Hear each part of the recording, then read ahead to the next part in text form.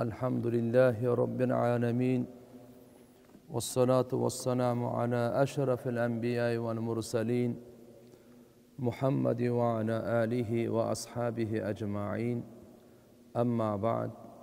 Assalamu alaikum ve rahmatullahi ve barakatuh.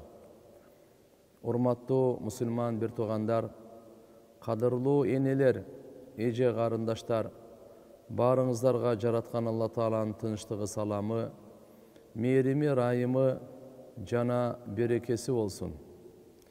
Жараткан Алла Таалага чексиз шүгүрлөр.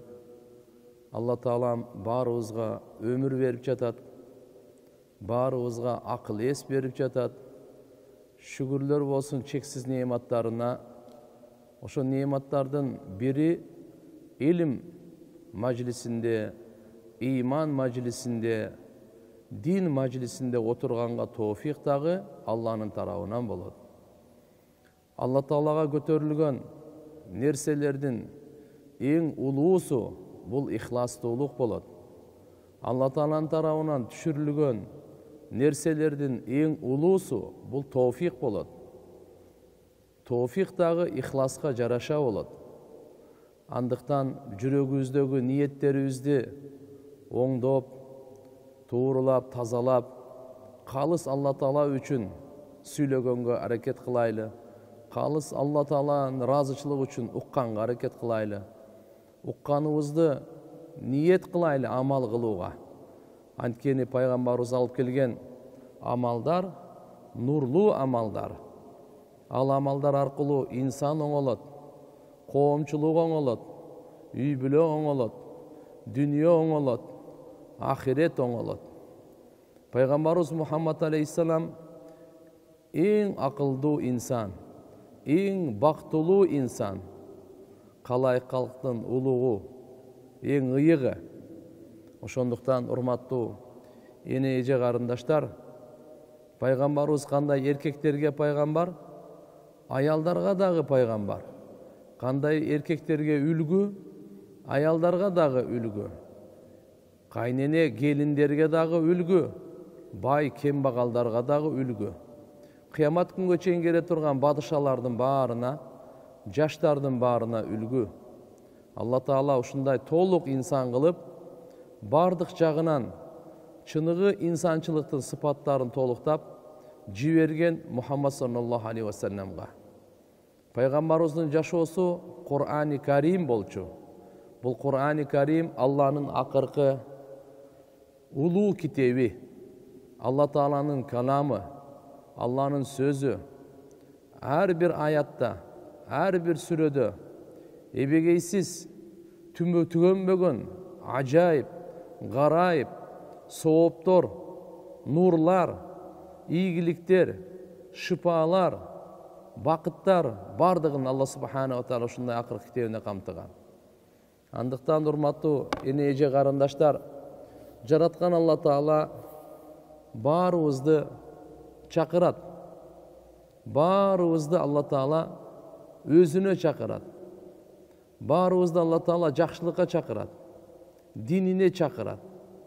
Ошондуктан эң биринчи биздин жоопкерчилигибиз бу дүйнөдө ааламдын кожоюнун тааныйлы.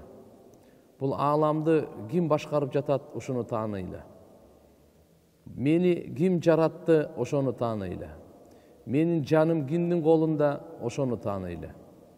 Мен бу дүйнөдөн кийин каяка барам, ошону билейли. Туугандар, бул суроолорго пайгамбарыбыз Мухаммад алейхиссалам жооп алып келген. Ошондуктан эң алгачкы илим, инсандын ар бирине жүздөнгөн илим ма'рифатуллах, Алла Тааланы таануу. Ким бизге өмүр берип атса, ошону таанып алсак, бул кандай деген илим?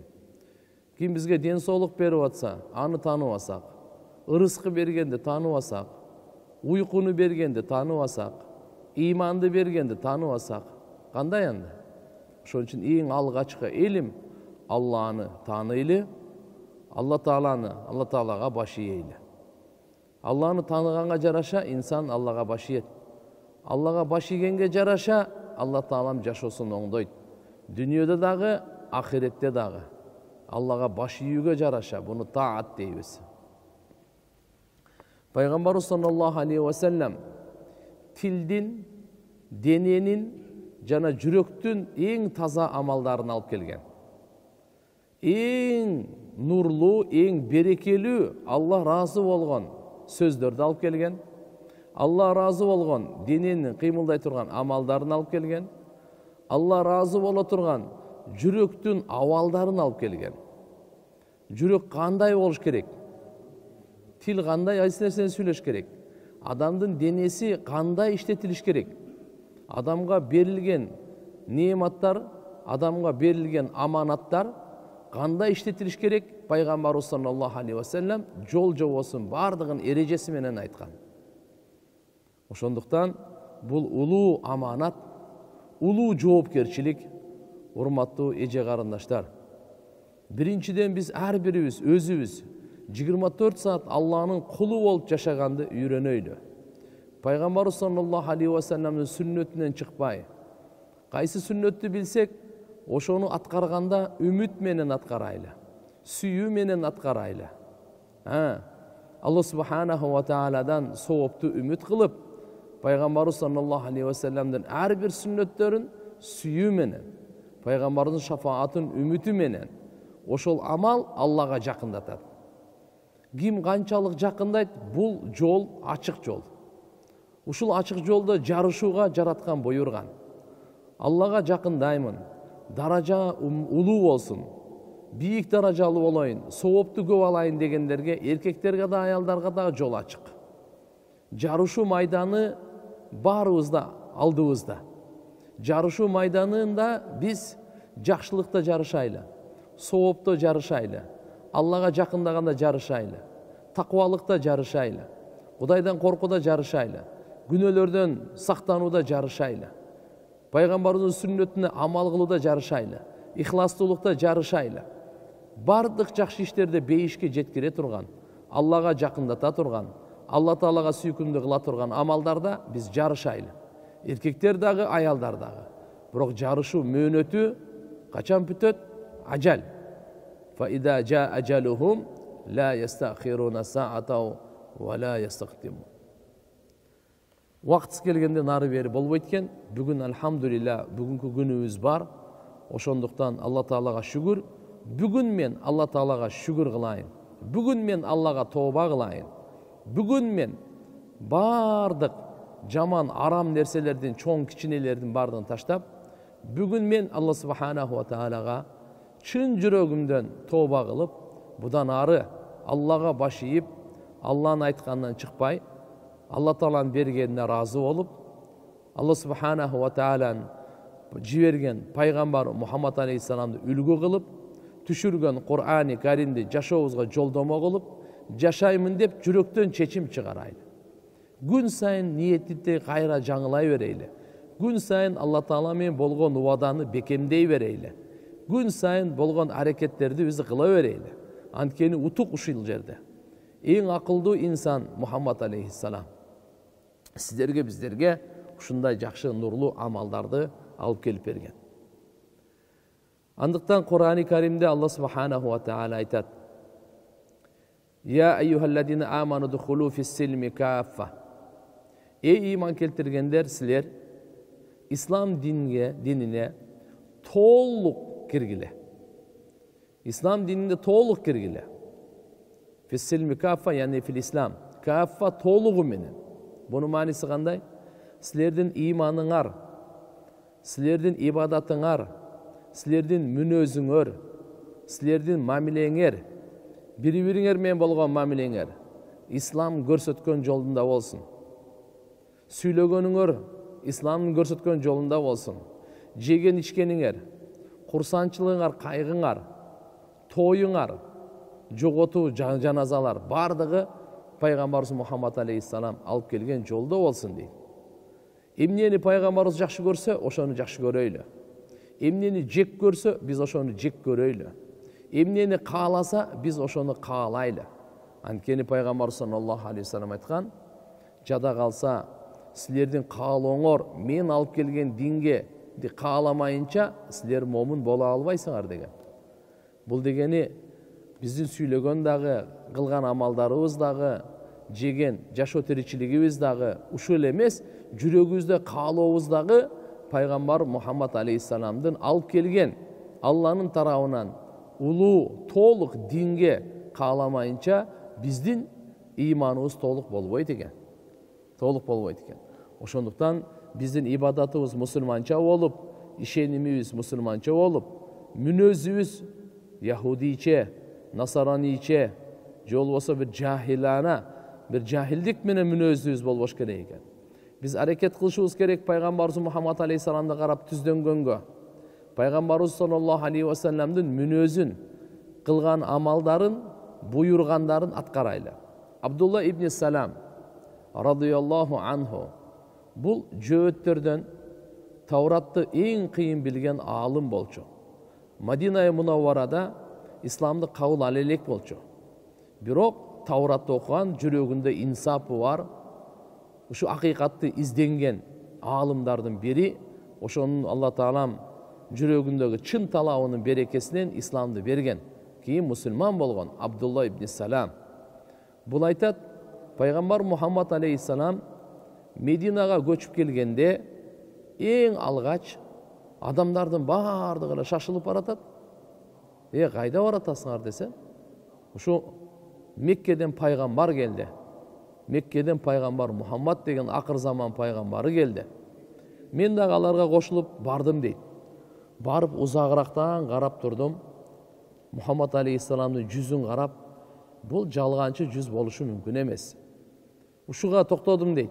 Ага чейин аябай жакшы карап, кыракы адам эле, көрөгөч адам эле, аябай аалым адам эле, Тауратты жакшы билген, Тауратта акыр заман пайгамбардын сыпаттары айтылган эле, андан кабардар эле. Ушундай узактан карап турдум. Мен ушуга токтодум. Бунун жүз жалган сүйлөй турган жүз эмес. Анан пайгамбарыбыз Мухаммад алейхиссаламдын эң алгач адамдарга кайрылуусу ушул сөздү уктум дейт. Я айюханнас, эй адамдар, афшус салам, силер саламды таркаткыла. Эң биринчи өкүм ушул болду. Учурашууну, саламдашууну таркаткыла. Себеп дегенде башка риваяттарда келет, пайгамбарыбыз айткан, силер бейишке кире албайсыңар, ыймандуу болмоюнча, ыймандуу боло албайсыңар, бири-бириңерди жакшы көрмөйүнчө. Мен силерге ушундай амалды айтайынбы? Эгер ошону аткарсаңар, бири-бириңерди жакшы көрөсүңөр. Сахабалар суранганда айтыңыз деп пайгамбарыбыз жооп берген, саламды таркаткыла деген. Салам кайсы? Ассаламу алейкум ва рахматуллахи ва баракату. Биз канчалык көп таркатсак, ошончолук Алланын тарабынан рахмат түшөт экен, хидаят түшөт экен, мухаббат түшөт экен, жүрөктө жиркеништер кетет экен, текеберликтер кетет экен. Мына ортодо мухаббат пайда болот. Пайгамбарыбыз бул биринчи баалуулукту айтты. Силер Алланын аты менен саламдашканды, Алланын атын эстегенди, Алла Тааланын ушу саламдашууну бири-бириңерге таркаткыла. Ва ат'имут таам, тамак жедиргиле. Кайрымдуулук кылгыла, кол ачыктык кылгыла. Нанос дейсизби, суу иштейсизби, чай бересизби, тамак бересизби? Бул жерде кимдер? Тамак жедиргиле, зекет дагы бар, садака дагы бар, хадия дагы бар. Коноктор келип калса, аларды конокторду сыйлаган урмат дагы бар. Ата-энеге дагы, бала-чакага да тамак берүү бар. Кыскасы айтканда, өзүңүздөн башкага тамак жедиргенди үйрөтүшүбүз керек. Үйрөнүшүбүз керек экен да. Өзүбүз деле курсагыбызды тойгозо бербей, башкалардын курсагын да койлоп, башкалар да рахаттансын, башкалар да ушуну жесин деп, ва ат'имут таам, тамак жедиргиле. Василул архам, туганчылык мамилени бекем кармагыла дейт. Туганчылык мамилени бекем кармагыла. Атаңардын тугандары, апаңардын тугандары, кайын журттун тугандары бекем кармагыла. Бөлөлөр бар. Тайкелердин балдары башкалар, бардыгы менен кыскасы айтканда, туганчылык мамилени бекем кармагыла. Вассаллу биллейли ван-насу ниям ва тадхулул жанната биссалам. Адамдар уктап атканда намаз окугула, тахаджуд намазын окугула. Силер амандык менен, саламатчылык менен бейишке киресиңер деген кайрылуусун эң алгачкы кайрылуу болду дейт. Ушу Абдулла ибн Салам, мен ушуну биринчи уктум дейт да. Урматтуу эне эже карындаштар, Мынакей бизге пайгамбарыбыз ушундай бир баалуулук берди. Бул хадистен маалым болду. Биз салам таркатышыбыз керек экен, тамак жедиришибиз керек экен, кайрымдуулук кылып, жана тууганчылык мамилени бекем кармашыбыз керек экен. Жана кечки, түнкү намаздарга дагы бекем болушубуз керек экен. Адамдар уктап атканда тынч, ошол учурда туруп, Алланын алдында, Алла Тааланын кайрылуусуна жооп берип, Алла Тааланын үмүт кылып, хадисте келет, түндүн акыркы 3/1 бөлүгү калганда, жараткан Алла Таала тарабынан ушундай жарыя болот экен. Эй, күнөөлөрүнө кечирим суроочулар барбы? Күнөөлөрүн кечирейин. Кажетін суроочулар барбы? Кажетін бүтүрүп берейин. Тилегеним барбы? Тилегендер барбы? Тилегин берейин деген. Демек, ошол учурда өзгөчө Алла Тааланын мээрими жаап, өзгөчө дуалардын кабыл боло турган эшиктер ачылат. Ошол учурда биз дагы ушундай Алла Таалага туруп, Алла Таалага ибадат кылып калышыбыз керек экен. Урматтуу энеже карындаштар, пайгамбарыбыз Мухаммад саллаллаху алейхи ва салламдын сіздерге биздерге аманатынан бери бул 5 убакыт намаз. 5 убакыт намазга биз бекем болойлу, намазды хушу хузу менен окуганга аракет кылайлы. Намазды эч качан таштабайлы, иншаалла намазда бизди эч качан таштабайт. Ушундай күн келет, сизди балаңыз таштайт, күйөөңүз таштайт, бир тууганыңыз таштайт, атаңыз таштайт, кызыңыз таштайт. Сиздин жаныңызда эч ким болбогон күн келет, эртеби кеч келет. Ошондо намаз сизден кетпейт. Намаз сиз менен бирге болот, намаз сизди таштабайт. Кабырда дагы сиз менен бирге, махшарда дагы бирге, ахиретте дагы бирге. Намазыбыз канчалык бекем болсо, канчалык жандуу болсо, канчалык намазыбызда акыйкат нурлуу болсо, ошого жараша жашообуздан арам нерсе чыгат. Жашообуздан арам нерсе кетет. Анткени намаздын ушундай таасири бар. Адамдын жашоосунан уятсыз иштерди, күнөө иштерди, арам иштерди, кылмыштуулукту бардыгын кетире турган намазда Алла Таала таасир койгон. Ушундай кереметтүү, берекелүү, нурлуу таасири бар. Бу дүйнөдө жамандыктарды түртүп чыгарып кетирсе, ахиретти дозокту кетире турган, дозокту түртө турган ушундай касиеттүү бул намаз. Намаз бүгүн быйыл бизге эле бул Мухаммад алейхиссалам үммөтүнө эле берилген эмес. Намазды Алла субхана ва таала мурунку үммөттөргө да берген. Бирок Мухаммад алейхиссаламдын үммөтүнө берилген намаз бул толук намаз. Мурункуларда мынчалык эмес эле. Кээ-бирлеринде рүкүсү бар, кээ-бирлеринде башкасы жок, рүкүсү жок. Бирок пайгамбар саллаллаху алейхи ва салламга Алла Таала 5 убакыт намазды берди, алхамдулилля. Мусулмандарга бул фарз өз учурунда кылынган, бирок Алланын тарабында 50 маал намаз жазылат, сооптор жазылат. Ас-салату хайру мавзу, намаз эң жакшы бош убакытты өткөрө турган. Бош убакытты өткөргөнгө кайсы жака барсам, эмне иш кылсам деп ойлонбоңуз, намазда болуңуз. Ошо бош убакытты өткөрө турган эң жакшы убакыт, эң жакшы нерсе бул намаз экен. Ошон үчүн иншалла намазда биздин кыраатыбыз дурус болсун, рүкүүбүз дурус болсун. Рүкүүдө 3 жолу субхана роббиял азим, саждада 3 жолу субхана роббиял а'ла. Бул сүннөттүн эң төмөнкү даражасы.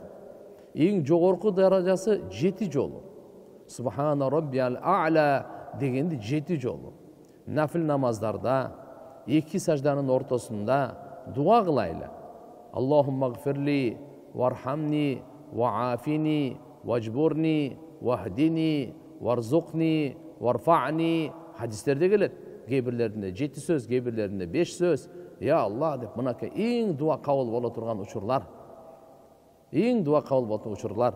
Намазды сүннөттөрүбүз бар. Каза намаздар кимде болсо, каза намаздарды окуп бүтүрүп берейли. Эртеге Алла Тааланын алдында эң биринчи эсеп китеп намаз тууралуу башталат. Алла субханаху ва таала ал жерден эсеп китепти башка нерседен баштабайт. Кыямат күнү эң биринчи эсеп намаз боюнча. Кимдин намазы жакшы чыкса, фарыздары, сүннөттөрү, хушу хузусу, казалары, мисалы, нафилдары, андан кийинки бардык бунун эсептери башка. ибадаттары, башка мамилелери иншалла бардыгы жеңил болот деген пайгамбарыбыз.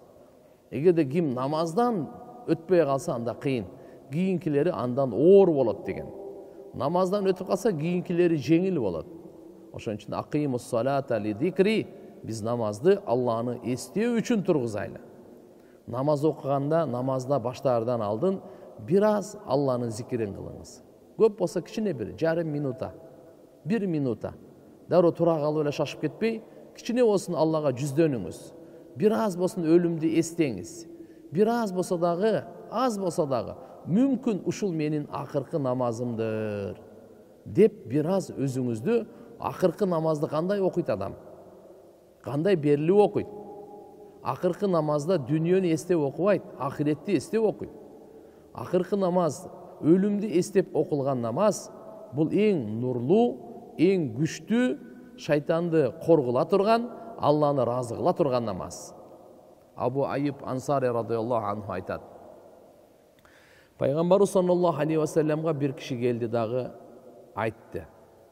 Я Расулаллах, о Алланын элчиси, сиз мага үйрөтүңүз. Аллимни ва аужиз, жоса айдни ва аужиз риваяттарда келет. Мага бир насаат айтыңыз. Бирок кыска нуска болсун. Кыска нуска болсун. Пайгамбарыбыз саллаллаху алейхи ва саллам айтты. Ида кумта фи салатик фасалли салата муаддиин. Качан сен намазга турсаң окуганга, анда коштошуу намазын окугун деди. Коштошуу намазы. Ал кандай деген? Мүмкүн ушул коштошуу акыркы намазын болуп жүрбөсүн депчи. Пайгамбарыбыз Мухаммад алейхиссалам дүйнөдөн кайтып атканда, өлүм учурунда, өлүм төшөгүндө үммөтүнө кайрылган акыркы жүрөгүнөн чыккан сөз ушу болчу. Ас-сала, ас-сала ва ма малакат айманукум. Намазга көңүл бургула. Намазды калтырбагыла. Намаз тууралуу Алладан корккула. Намазыңарды оңдогула. Бул Алла Тааланын укугу, Алла Тааланын акысы. Ошон үчүн Хазрет Умар разыйаллаху анху дагы өлүм төшөгүндө айткан сөзү бар. Хазрет Умар разыйаллаху анху багымдат намаз окуп атканда Абу Лулу Фируз деген мажуси Мугира ибн Шу'ба разыйаллаху анхунун кулу болчу. Ошол келип багымдат намазда Умар разыйаллаху анху имамчылыкта турганда артынан келип канжар, ууланган канжар менен, ушул эки жактан кесе турган бычагы менен ушул капталына сайган, ийине сайган, ошол аркылуу анан кийин Умар разыйаллаху анху жыгылганда, Умар разыйаллаху жыгылган. Кийин ошо кыйын күндөр болгондо Хазрет Умар разыйаллаху анху эч нерсе эсине келбейт эле. Бала чакасы, сахабалар келип Умар разыйаллаху анху зиярат кылып, эсине келбейт. Тияк-бияк кайра эсинен кетет, кайра эсинен кетет. Ушундай болуп турганда намаз учурунда гана эсине келет эле дейт да. Намаз учурунда ас-сола, ас-сола десе эсине келип калат, ойгонуп калат. Башка учурда эч көзүн ачпайт, эсине келбейт. Анан айтат эле. Кимди намазы жок болсо, анын исламда эч кандай үлүшү жок дейт эле да. Эч кандай исламда үлүшү жок деп. Карабайсызбы? Ушунчалык бул дүйнө ахиретте канча кыйналган учурда дагы намазды ушунчалык урматтаган, намаздын орду ушунчалык баалуу экен, ушунчалык кадырлуу экен. Пайгамбарыбыз өзү дагы айтып аткан сөздү көрдүңүздөр. Акыркы убакытка чейин пайгамбарыбыз Мухаммад алейхиссалам намазды таштаган эмес. Эки сахабанын ошо далына ийине колун артып, өзү путун сүдүрөп, бирок намазга келет эле. Пайгамбарыбыз саллаллаху алейхи ва саллам сахабаларды тарбия алган, мынакей ушу намазга ушунчалык көңүл бурат эле. Андыктан бир сөз менен айтайын, урматтуу эже карындаштар, сиз Алланын алдында канчалык кадыр баркыңыз бар экенин билгиңиз келсе, анда сиздин алдыңызда Алланын намазы канчалык кадыр барктуу ушуну билиңиз.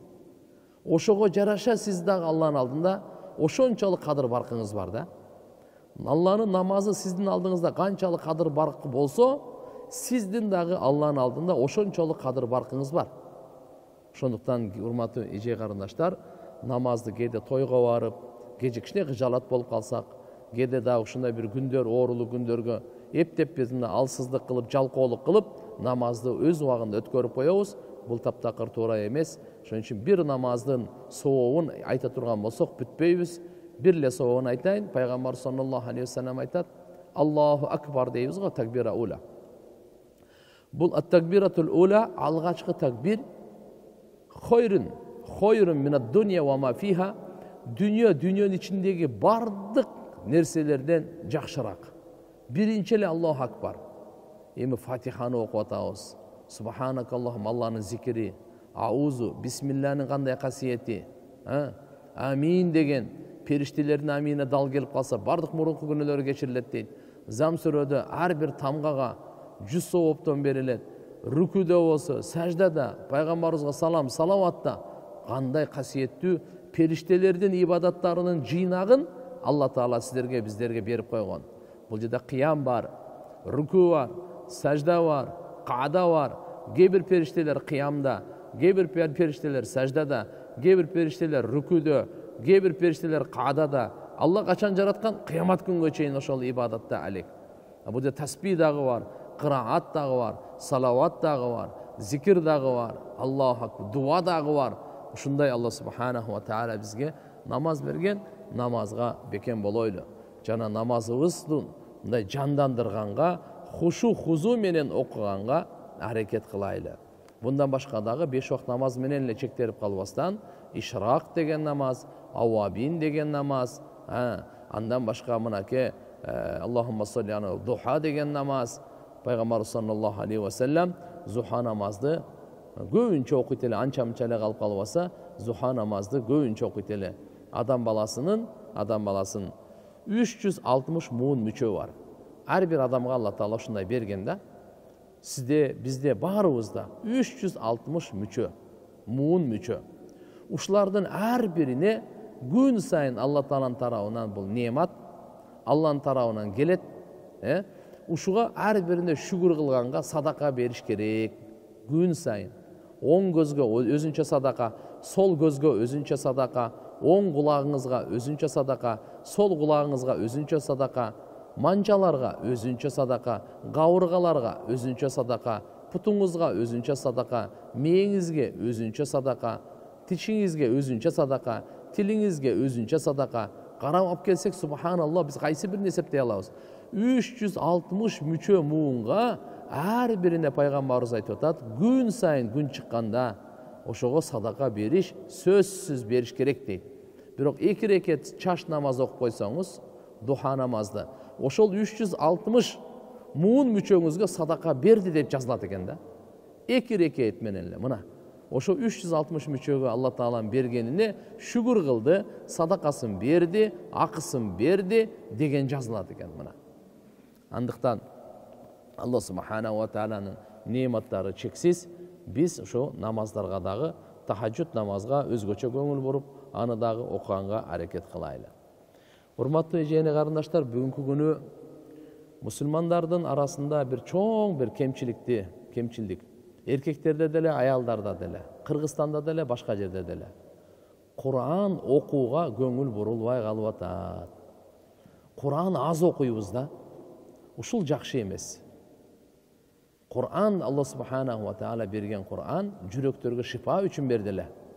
Момундарга рахмат үчүн берди эле. Кур'ани Каримдей шафаат эртеге кыямат күнү бир дагы периште, бир дагы пайгамбар кыла албайт. Кур'ани Карим менен бенделер Аллага жакындагандай, бир дагы башка амал менен андай жакындай албайт. Ошондуктан Кур'ани Каримди күн сайын окуганга биз аракет кылайлы. Тилдин ибадаттарынын эң абзели Кур'ани Каримди окуу. Жүрөктүн амалдарынын эң абзели Кур'ани Каримдин аяттарына ой жүргүзүү. Афала ятадаббарунал Кур'ан. Эмне алар Кур'анга ой жүргүзүшпөйбү? Кур'ани Каримде эмне деп атат Алла субханаху ва таала? Мынакей Кур'ани Каримге биз ой жүргүзүп окуйлу. Ойлонуп, ой жүргүзүп окуган менен, ойлонбой, ой жүргүзбөй окуган айырмасы жер менен асмандай. Кур'анды түшүнгөн дагы, түшүнбөгөнгө дагы Алла Таалам сөзсүз сообун берет. Түшүнбөй окуганга дагы сообу бар, бирок эми элестетип көрүңүз, түшүнүп окуй турган болсо, анын сообу канчалык эселеп көбөйөт ал. Ошон үчүн кээ бир сүрөлөрдүн өзүнчө касиети дагы бар. Мисалы айта турган болсок, Ихлас сүрөсүн пайгамбарыбыз саллаллаху алейхи ва саллям айтты. Бул Кур'андын 3/1. Эгерде 3 жолу окуса, толук Кур'анды окуган сообу берилет дейт. Фалак менен Нас сүрөсү өзгөчө сыйкырга, бүгүнкү күндөгү мынакей порча, магия, сагия деген карадуа, парадуа, бир балекет, жимпин дегендердин бардыгын миизин кайтара турган, бардыгын жерге чаба турган Фалак менен Настан өткөн сүрө жок. Ошон үчүн пайгамбар саллаллаху алейхи ва саллям буну үммөткө берген. Пайгамбарыбыз Мухаммад алейхиссалам жөөт бир бала сыйкырлаганда, булар жөөттөрчү. Пайгамбарыбызга уу жедирген, билесиздер. Пайгамбарыбызга сыйкырлаган. Пайгамбарыбыз саллаллаху алейхи ва саллям күндөрдүн биринде башы катыгып ооруп, түшүнбөй калган. Эмне болгонун өзү билбей калган. Эмне болуп атат мага? Эмне болуп атат? Түшүнбөй. Себеп дегенде пайгамбар саллаллаху алейхи ва саллям ага чейин андай болгон эмес эле. Жубайларына деле, башкаларга деле көңүлү тартпай. Анан эс алып жатса, уктап кетет, көзү илинип, эки периште келет. Бирөөсү баш жагына отурат, экинчиси пут жагына отурат. Баш жагындагы сурайт: буга эмне болду дейт. Пут жагындагы жооп берет: сыйкырланган дейт. Кара. Сыйкырланган дейт. Ким сыйкырлады дейт. Бир паланча бирди. Жөөт. Так, эмнеге сыйкырлады? Чач, сакал, ушуларды таракка сыйкырлады дейт. Тарак. Чач тарай турган тарак бар го, ошого сыйкырлады дейт. Ал кайсы жерде дейт? Паланча бир кудукта дейт. Кудуктун кайеринде десе, кудуктун түбүндө таш бар, таштын түбүндө ошо тарак бар дейт. Бардыгын кенен кесир айтып берди дагы. Бул эки периште айтып берип, бири-бирине суроо жооп катары жок болуп кетишти. Пайгамбарыбыз ойгонду. Пайгамбар саллаллаху алейхи ва саллям ойгонгондо эле бардыгын билди, эмне болгонун. Сыйкырланган экен да. Анан эки сахабаны чакырды, алар келди. Алар келгенде айтты: силер паланча жерге барсаңар, кудук бар. Ошо кудукка түшөсүңөр, кудуктун түбүндө таш бар, ташты көтөрөсүңөр, алдында тарак бар, таракты мага алып келесиңер деди. Баягы эки сахаба барса, ал кудук кыпкызыл болуп калган экен. Хына болот го мындай. Бардовый цветинде кызылгыч болупчу, ушундай болуп калган экен. Барды дагы сууга түштү, кудукка. Таш бар экен, пайгамбарыбыз айткандай, ташты мындай кылып атса, түбүндө тарак турат. Ал таракты алды дагы алып келди. Пайгамбарыбыз саллаллаху алейхи ва саллямга алып келсе, пайгамбарыбыз караса, 11 жерде түйүп койгон экен, түйүн. Мындай кылыпчы. Ошо чач сакал менен тарактын тиштеринде 11 жерде түйүп койгон экен. Дуалап койгон экен да, байлап койгон экен да, сыйкырлап койгон экен. 11 жеринде. Жабраил периште келди. Алла Тааланын тарабынан аманатты алып келди. Пайгамбарыбыз саллаллаху алейхи ва саллямга айтты: "Ey Muhammad, айткын" дейт. Не деп? "Кул, айткын. А'уду би раббил фалак, мин шарри ма халак, ва мин шарри гасиқин ида вақаб, ва мин шарри наффасати фил уқад, ва мин шарри хасидин ида хасад. Кул а'уду би раббин нас, маликин нас, илахин нас, мин шаррил васвасил ханнас, аллади ювасвису фи судурин нас, минал джиннати ван нас." 11 аят түштү. 11 аят. 11 түйүн экен да. 11 аят түштү. Ар бир аятты окуганда бирден чечиле берди. Кул ауду би раббил фалак деди, биринчиси чечилди. Мин шарри ма халак, экинчиси чечилди. Пайгамбарыбыз өзү айтат: "Мени ушундай бир жип менен, темир менен байлап койгондой, бирден чече бергенде адам акырын рахаттана берет го. Кудду ушундай мен чечкенде рахаттанып бошошуп кете бердим" дейт да. Бошонуп кете бердим дейт. Карабайсызбы? Кийин не деди? Жабраил периште айтты: "Ey Muhammad, бул Фалак менен Нас сүрөсүн үммөтүңө айтып койгун. Булар окуп жүргөн адамга сыйкыр өтпөйт" деди. сыйкыр өтпөйт. Ошондуктан мынакей Фалак менен Нас сүрөсүн бул субханалла биз дайыма окуп жүрүшүбүз керек. Өзүбүзгө дагы, бала чакабызга дагы, үйдөгүлөргө дагы дем салып жүрүшүбүз керек. Себеп дегенде караңыздар, жин көзгө көрүнбөйт. Сыйкыр дагы көзгө көрүнбөгөн амалдар. Адамды сыйкырлаш үчүн жанына келип сыйкырлабайлы, башка шаарда деле сыйкырлап коет. Бул жаман нерсе бул. Ошон үчүн бул көзгө көрүнбөгөн махфи, хуфия болгондуктан буга дагы алхамдулилля биз мынакей Алла Таала бизге берди. Фалак Насты ихластуулук менен дайым айтып жүрүшүбүз керек да. Ошон үчүн пайгамбар саллаллаху алейхи вассалам сүннөтүнөн ар бир намазда 3 жолу, ар бир намазда 1 жолу ихлас, 1 жолу Фалак, 1 жолу Нас. Бирок багымдат менен Шамда 3төн. Ихласты 3 жолу, Фалакты 3 жолу, Насты 3 жолу. Көрдүңүзбү? Жатаарда 3 жолу. Биринчи ихласты окуйсуз, андан кийин Фалакты окуйсуз, андан кийин Насты окуйсуз, колуңузга дем салып, бардык башыңыздан тартып путуңуздун учуна чейин сылап чыгыңыз. Кайерге колуңуз жетсе, ошондой кылып. Экинчи жолу дагы ихлас, Фалак, Нас. Үчүнчү дал ихлас, Фалак, Нас. Бул да өзүнчө сүннөт. Бунун таасири өтө чоң. Буга көңүл буруш керек, буга ишениш керек. Жүрөктөн якын кылып ишениш керек. Кул ауду би раббил фалак. Айткан ey Muhammed sallallahu aleyhi ve sellem, мен пана тілейм. Раббил фалак бул горизонт, бул алам. Бардығын жаратқан Алла субханаху ва таала. Роббус Алла таала ушун. Мин шарри ма халак, жаралгандын жамандыгынан, бардыгынан пана тілеймин депчи. Алла субханаху ва тааладан бир жолу сурап, Алла тааладан сурап атабыз, эмнеден сакта?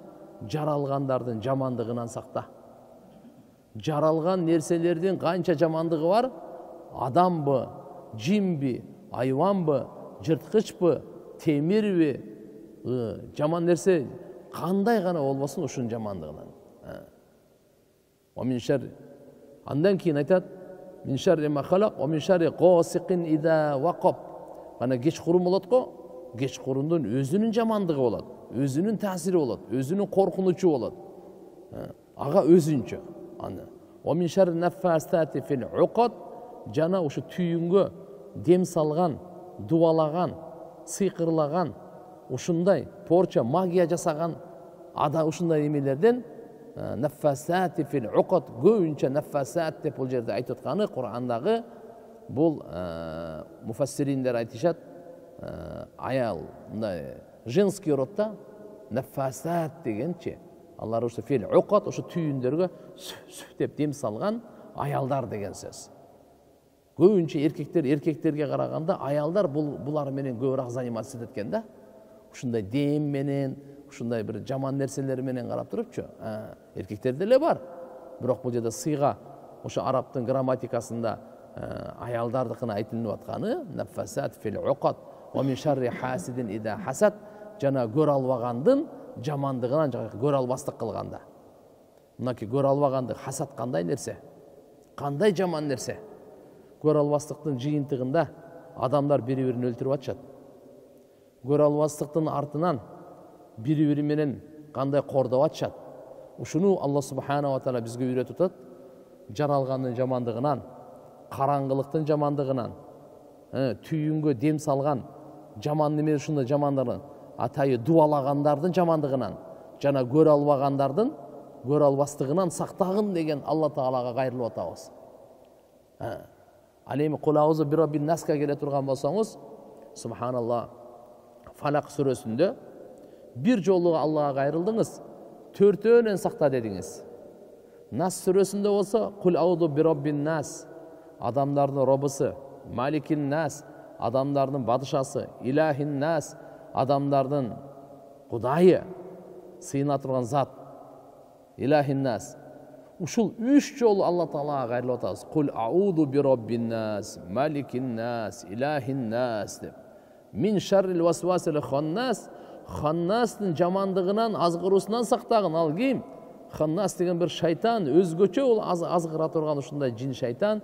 Ал аркага качып, кайра бош учурогуна кайрага кетенчи деп келип, жашыруун түрдө ушинтип азгырганды ханнас деп коет. Адамдардын жүрөктөрүнө инсандардан жана жиндерден. Бул туугандар айтканыбыз субханалла, Фалакта, Фалак сүрөсүндө Алладан бир жолу сурап кайрылып, 4 нерседен сакта деп атасыз. Наста 3 жолу кайрылып, бир эле нерседен сакта. Эмнеден? Нафстын жамандыгынан. Нафстын жамандыгы бул өттө жаман нерсе экен, коркунучтуу экен. Ошондуктан субханалла 3 жолу кайрылып, 3 жолу Алла Таалага суранып, я Алла деп 3 жолу дуа кылып, бир нерседен сакта деп атасыз. А Фалакта болсо, бир эле жолу Алла Таалага кайрылдыңыз, 4 нерседен сакта деп атасыз. Демек баягы 4 нерсе жаралгандын жамандыгы, караңгылыктын жамандыгы, жана түйүнгө дем салгандардын жамандыгынан, жана көрө албастыктын жамандыгы, төртөөнө караганда нафстин жамандыгы күчтүүрөөк экен да. Адамдын нафсисинин жамандыгы күчтүүрөөк, анын жамандыгы дайыма инсан менен бирге болуп турат. Өлгөнгө чейин бирге.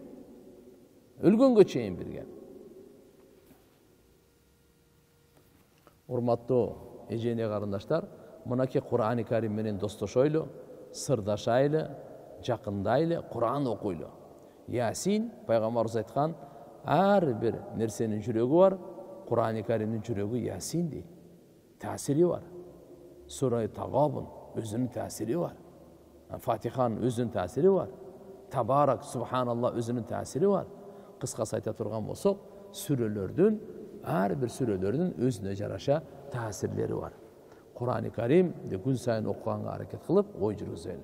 Албетте, Алла Тааланын зикирин көп кылайлы. Хазирет Хасан радыйаллаху анху эгерде бир иштен бош болсо, дароо Субханаллахи ва бихамдихи деп зикирде өтүп калат экен да. Бош убактысын тилин зикир менен. Тилибизди зикирге көндүрөйлү. Канчалык тилибиз зикирге алек болсо, ошончолук тилибиз ушактан таза болот. Жаладан таза болот. Дүнүйөнү мактагандан таза болот. Бирөөнү каргагандан таза болот. Биздин тилибиз канчалык зикир менен алек болуп нурланса, ошончолук жүрөгүбүз дагы, бүткүл денебиз дагы нурланат. Тилибиз эгерде бузулса, денебиз бузулат. Тилибиз оңолсо, денебиз оңолот. Ошондуктан дененин ар бир мүчөлөрү тилге күн сайын кайрылат экен. Тил, сен түз бол. Сен түз болсоң, биз да түз болобуз. Сен кыйшыйсаң, биз да кыйшыябыз.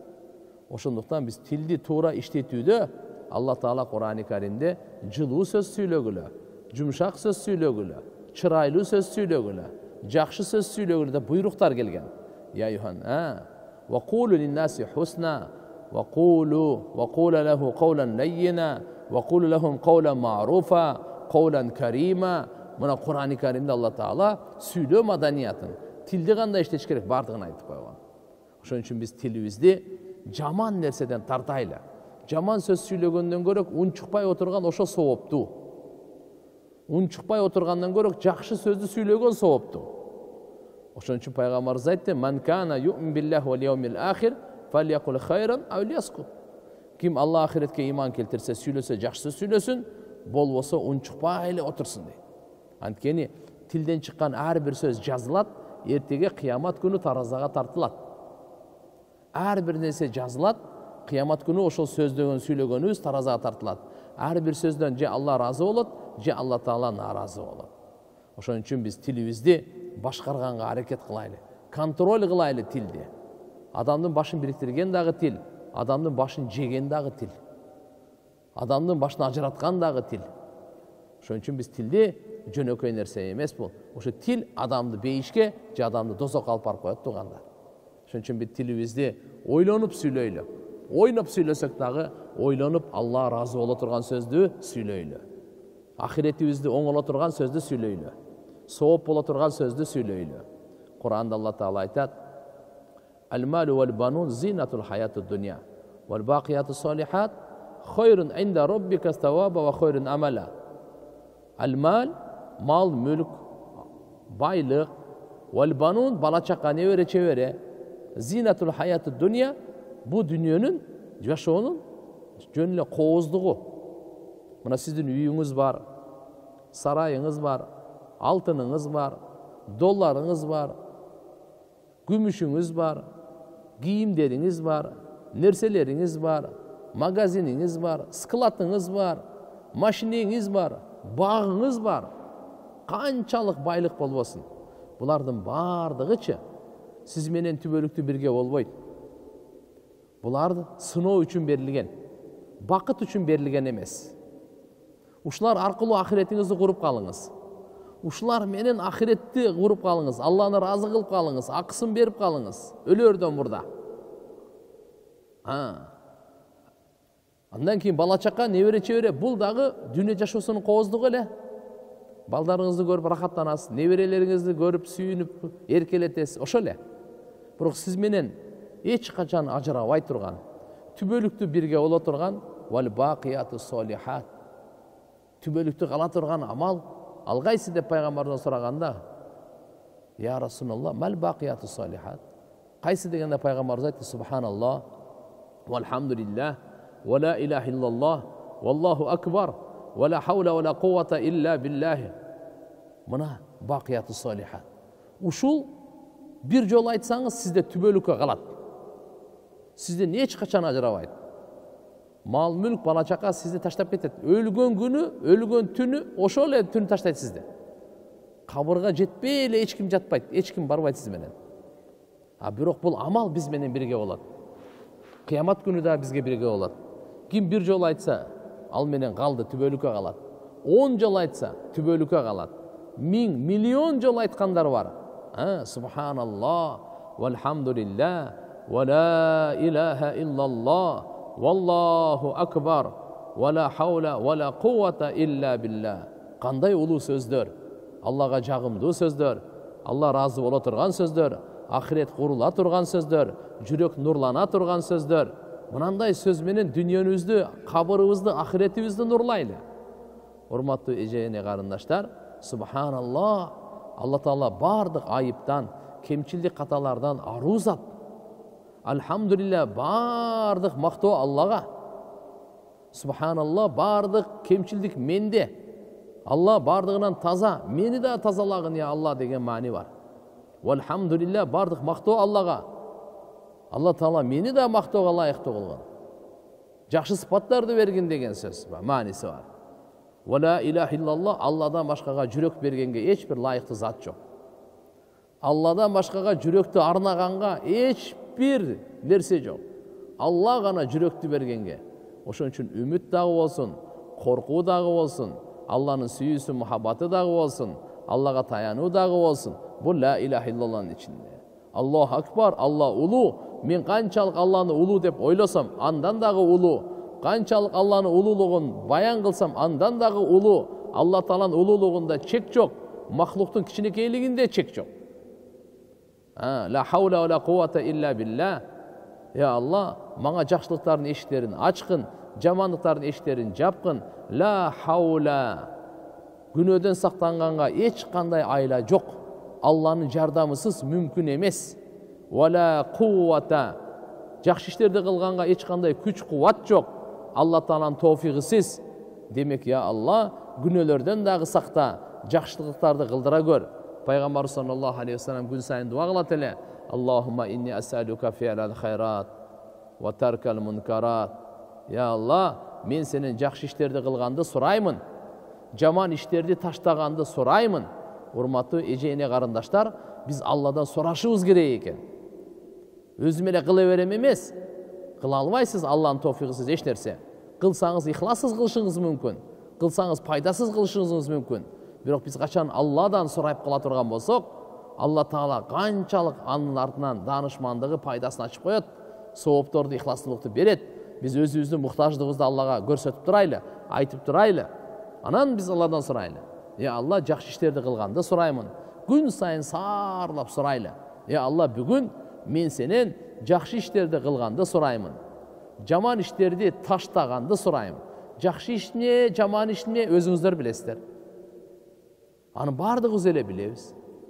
Жаман иштерди таштаганды сурайм. Өзгөчө ширкти, куфурду, Алланын тагдырына наразы болгонду, көрө албастыкты, ичи тардыкты, кара ниеттикти, бирөөнү жек көргөндү, текеберленгенди, эки жүздүүлүктү, арам сүйлөгөндү, арам ойлогонду, арам басканды, бардык арам нерсени я Алла таштаймын. Ва хуббал масакин, бечараларды жакшы көргөндү сураймын деп. Ва антагфирали, мени кечиргениңди, ва тархамани, мага райымдуулук кылганыңды. Фа ида аратта би ибадика фитнатан факбитни илейка гайра мафтунин. Я Алла, эгерде бенделериңе бир фитнаны каалап кое турган болсоң, ошо фитнада имандан ажырап кете турган коркунуч дагы боло. Я Алла, андан көрө фитнага мени душар кылбай эле, иманымды саламатта мени өзүңө тартып алып кеткин dedi. Аллахумма инни асалука хуббак. Я Алла, мен сенин мухаббатыңды сураймын. Ва хубба ма юхиббук. Ким сени жакшы көрсө, ошонун мухаббатын сураймын. Ва хубба амалин юқаррибуни иля хуббик. Жана сенин мухаббатыңа жакындата турган амалды жакшы көрүүнү сураймын дейт. Урматтуу эжене карындаштар, Пайгамбарыбыз саллаллаху алейхи ва салламдын тилинен чыккан берекелүү дуага маани бериңиздер. Пайгамбарыбыз эмнени сурап атат? Биз Алладан эмнени сурашыбыз керек? Пайгамбарыбыз бизге ибадатта дагы пайгамбар, даватта дагы пайгамбар, дуада дагы пайгамбар.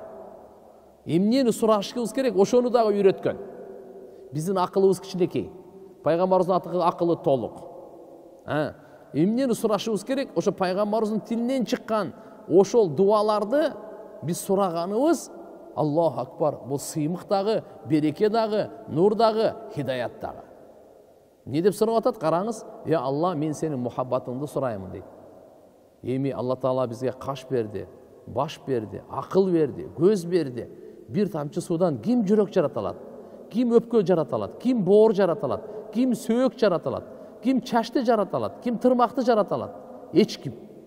Аллаху халику кулли шай, бардыгын өзү жаратуучу. Алла Тааланы эмне үчүн мухаббат кылбайбыз? Валладина аману ашадду хуббан лилlah. Алла Тааланы жакшы имандуулар эң катуу, эң көп жакшы көргөн Алланы жакшы көрүш керек.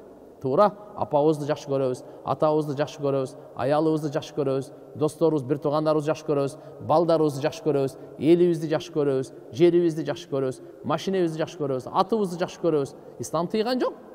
Бирок ушулардын баарынан Алланын мухаббаты жогору турсун дейт.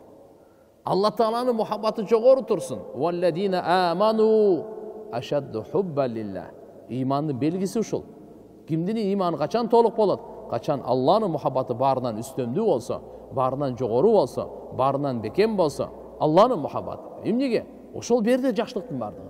Бизге ата-энени ким берди? Аял бала чаканы ким берди? Алла берди. Ден соолукту ким берди? Алла. Акылды ким берди? Алла. Иманды ким берди? Алла. Кимге кайтып барабыз? Алла. Аллаху акбар. Бардык кудуреттин ээси, бардык неаматтардын ээси жараткан Алла субханаху ва таалага. Демек мухаббаты да ошого жараша. Ошон үчүн сурап атабыз. Аллахумма инни асалука хуббак. Я Алла, мен сенин мухаббатыңды сураймын деп сурашыбыз керек. Күн сайын Алланын мухаббатын сурайлы. Күн сайын сурайлы. Ва хубба ма юхиббук. Караңыз, Алла жек көргөндү жакшы көрүп, биз дагы Алла Тааланын жек көргөнүнө катарында болуп калбайлы. Ар кимди жакшы көрө бербейли. Биз билбейбиз. Алланы ким жакшы көрсө, биз ошону жакшы көрөйлү. Ким Алланы жакшы көрөт? Пайгамбарлар Алланы жакшы көрөт. Сахабалар Алланы жакшы көрөт. Аулиялар Алланы жакшы көрөт. Салихиндер Алланы жакшы көрөт. Шухадалар Алланы жакшы көрөт. Ким Алланы жакшы көрсө, мен ошону жакшы көрөм. Демек, Пайгамбар саллаллаху алейхи ва саллам кандай кереметтүү сөздү үйрөтүп атат бизге. Ва хубба амалин юқаррибу иля хуббик, жоосо юқаррибуни иля хуббик. Алла саңа жакындата турган, сенин мухаббатыңа жакындата турган амалды жакшы көрүүнү сураймын. Ар бир амал Алла Таалага жакындата бербейт. Бир. Аллага жакындата турган амалды ошонун жүрөгүм каалабай калышы мүмкүн. Ошонун мухаббатын сураймын. Я Алла, саңа жакындата турган амалды мухаббатын бергин. Намазды мухаббатын бергин. Кур'анды мухаббатын бергин. Тилаваттын Кур'ан. Зикирди мухаббатын бергин. Кайрымдуулук, садаканы мухаббатын бергин.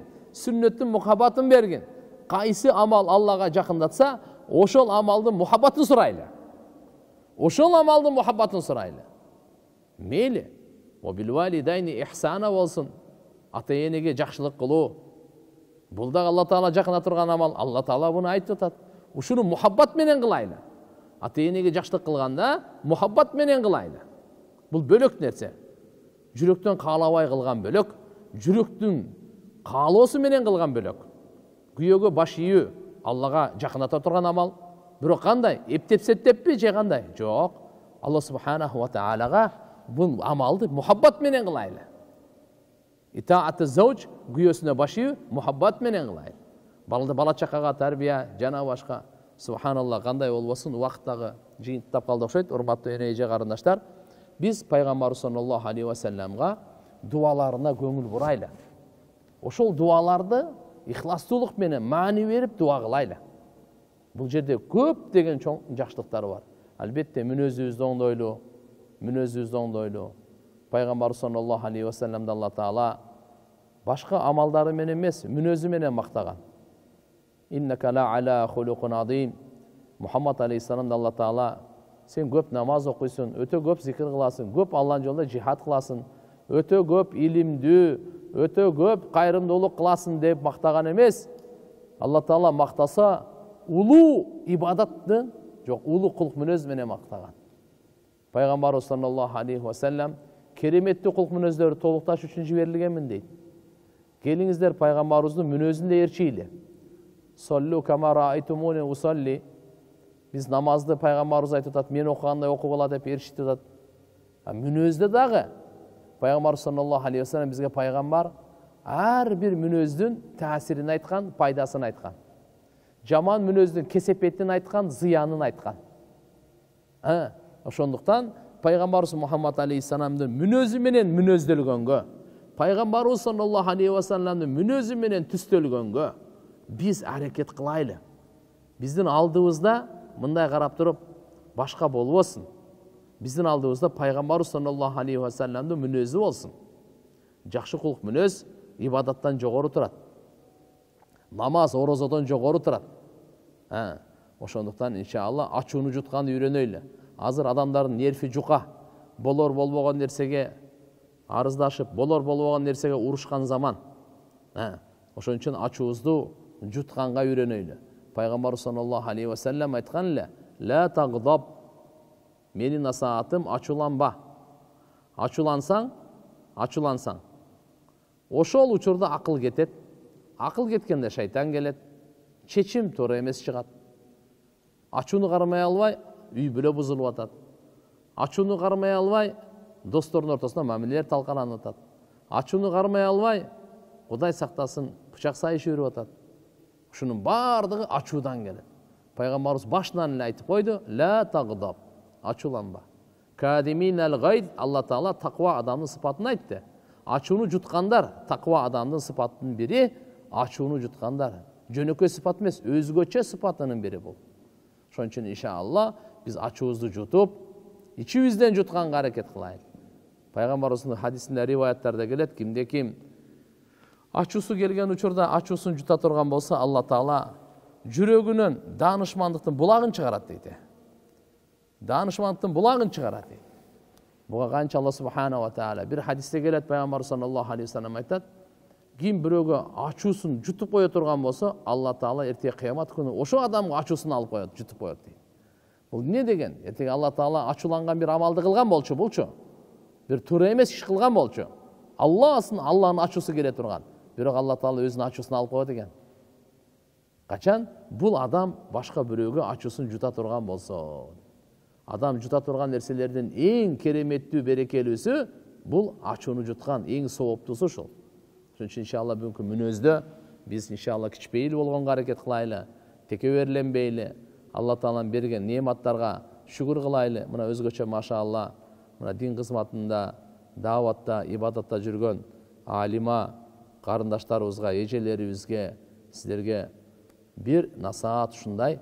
Бул мага өзүмө да тиешелүү, баарыбызга тиешелүү. Сахи Бухариде хадис келет.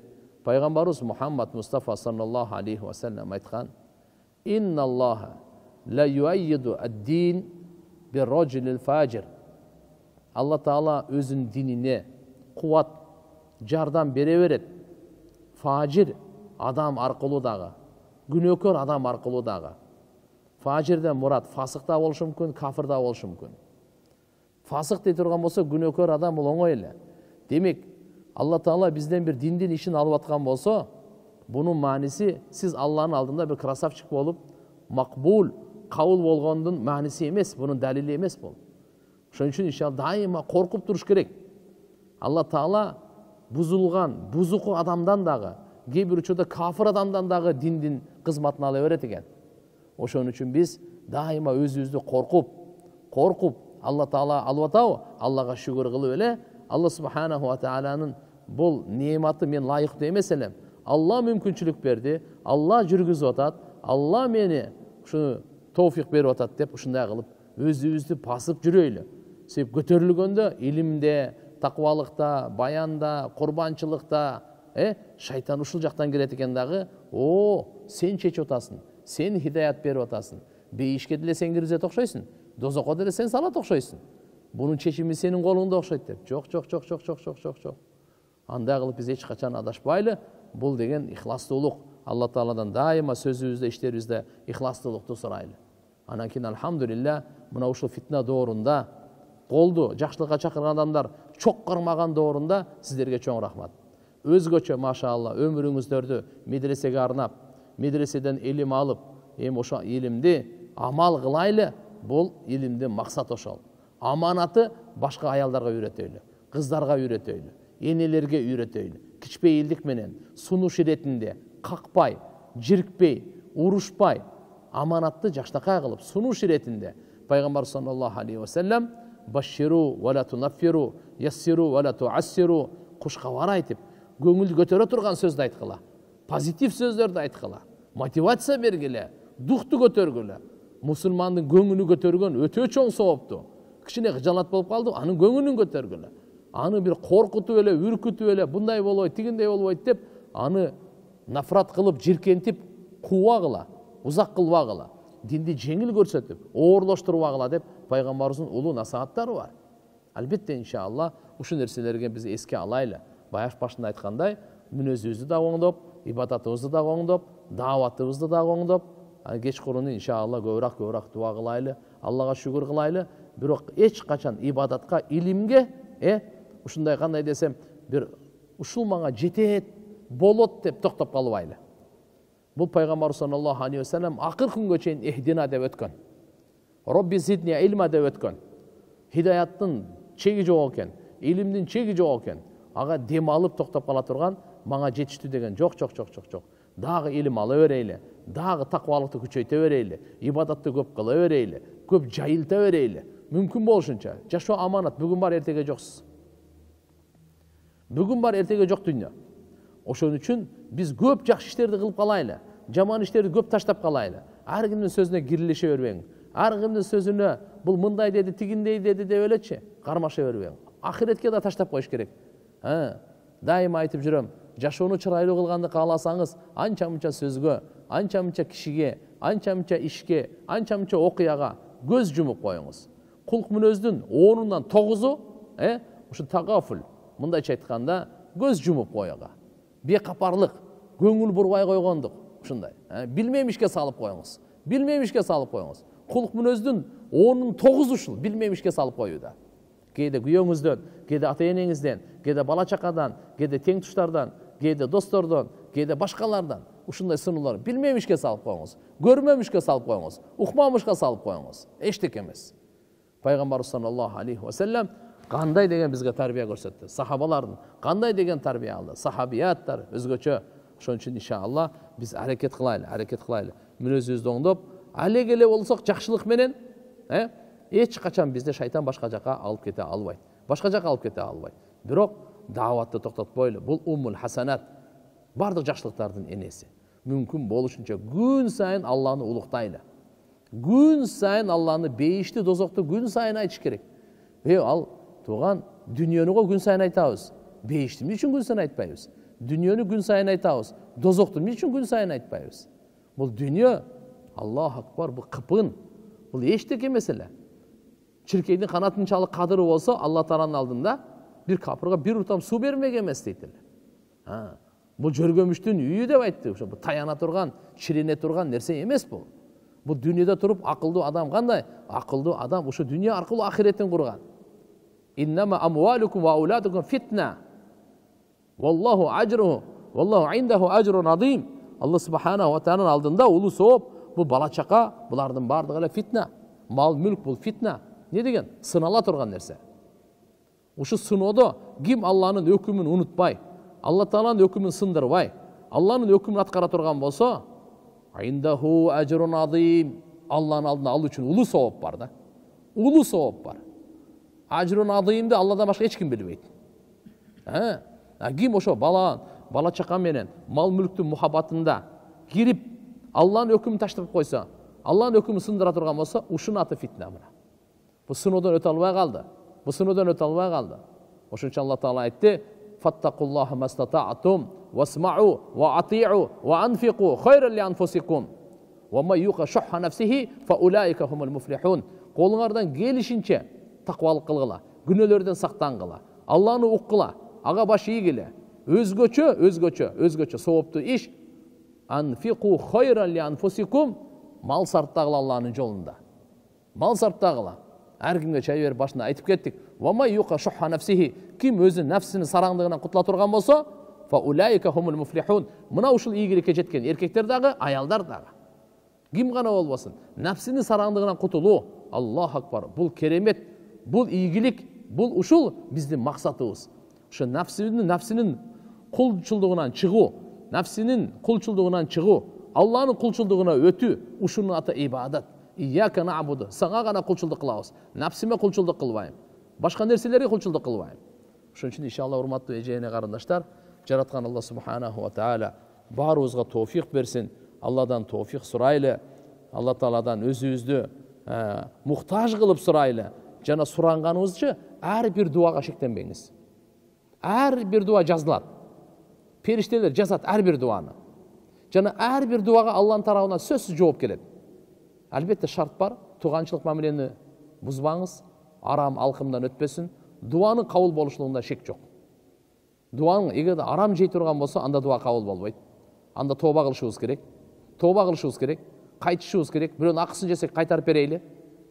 Алла Тааланың алдында күнәкөр болсақ, Алла Тааладан кешірім сұрасақ эле кешірет. Ал оңой эле. Алла Тааланы ынандыруу жеңил. Алла Тааланан кешірім сұрап қой, ал тез эле ал. Секунд Алла кечирет. Таараттын дагы кереги жок, мечиттин дагы кереги жок, Кабанын дагы бул жерге барыштын кажети жок. Үйүңүздө отуруп эле караңгы, жөн эле, я Алла деп, чын жүрөктөн Алла Тааладан кечирим сураңыз, момент Алла кечирет. Кечикпей кечирет. А инсандан ынандырыш кыйын. Инсандан кечирим сураш кыйын. Инсан кечирбейт. Алла субханаху ва таала андай эмес Алла Таала. Ошон үчүн иншалла Алла Тааланын мээримдүүлүгүнөн биз туура пайдаланайлы. Ага кайра тоң моюндук кылбайлы. Алла субханаху ва таала чын жүрөктөн кечирим сурадыкпы? Я Алла, эми тоофик бер. Мен алсызмын деп, алсыздыгыбызды айтайлы. Чарасыздыгыбызды айтайлы. Алла субханаху ва тааланын сактоосуна, панасына дайыма киргенге, я Алла, өзүң панаңа алгын, өзүң панаңа алгын деп. Ушу менен гана ийгилик жаралат деп ойлойм. Жараткан Алла субханаху ва таала баарыбызга өзүнүн мухаббатын, Курандын мухаббатын, пайгамбарыбыздын мухаббатын, жакшы адамдардын мухаббатын, бардык мусулмандардын мухаббатын баарыбызга насип кылсын. Иншалла Алла Тааладан дуа кылалы. Жараткан Алла Таалам көп дагыбыдан көбүрөөк ашыгыраак тоофик берсин. Куран-ы Каримди жаттаганга, ага ой жүргүзгөнгө, амал кылганга, башкаларга жеткиргенге, башкаларга таалим бергенге, ушунча ише бул аманатты кылып калайлы. Бу дүйнөдөн өтүп кеткенде өкүнүп калабыз. Жашоо өтө кыска, жашоо бизди алдап коет, чырай алдап коет, бала чака алдап коет, дүйнө алдап коет. Булар менен алаксы, бул туугандар жөн эле адамды алдап кое турган нерсе. Ошон үчүн иншалла биз аракет кылайлы, эстете турган, эскерте турган чыныгы амалдар пайгамбарыбыздын амалдар. Пайгамбар саллаллаху алейхи вассалам амалын үйдө кылсак үйдө бактылуу, көчөдө кылсак көчөдө бактылуу, базарда кылсак базарда бактылуу, сапарда кылсак сапарда бактылуубуз. Пайгамбар саллаллаху алейхи вассалам берекелүү амалына Алланын рахматы байланган. Ати'уллах ва ати'ур расул лааллакум турхамун. Райымдуу жашоону каалайсыңарбы? Райымдуу жашоону. Зулумдук эмес. Бири-бирине жек көрүп, душман болуп жашаган эмес. Бири-бирине боорукер жашоо качан берет? Итаатуллах, итаатур расул кайым болсо. Аллага баш ийгенде биз кайым кылайлы. Үйдө дагы, бала чакада дагы, көчөдө дагы, ар жерде. Итаатур расул пайгамбар Мухаммад алейхиссаламга баш ийүү. Ошо экөөнүн таасири, хасияты эмне? Лааллакум турхамун. Рахмат жашоо берет Алла Таала. Райымдуу жашоо берет Алла. Боор экен. Жараткан Алла субханаху ва таала баарыбызга товфик берсин. Ва ахиру давана алхамдулиллахи раббил аламин. Субхана раббика раббил иzzati амма ясифун. Ва саламун алал мурсалин. Вальхамдулиллахи раббил аламин. Бирахматика.